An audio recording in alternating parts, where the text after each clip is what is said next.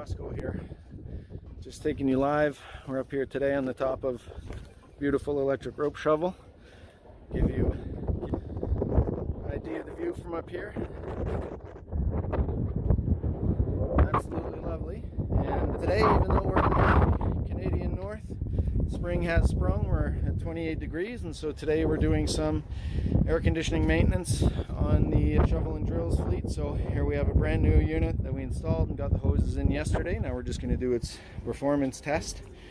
And here we have our TC200 pressurizer we've upgraded this shovel with, and we have our two units up here on the top of the deck. And an even better view from up here. And so today this shovel happens to be down, and luckily all the ones that are supposed to be digging are cooling well, and the operators are happy. No need for heat today, so our Playford heaters are sitting quietly down in the house. Not a lot to do for hopefully many months to come. So just wanted to give you guys a little quick tour of what we're doing, and if you need help with your air conditioning maintenance in your mine, Roscoe Mining Solutions is there to help your team with best practices for reliability and maximum uptime. So you guys have a great day. Stay cool out there.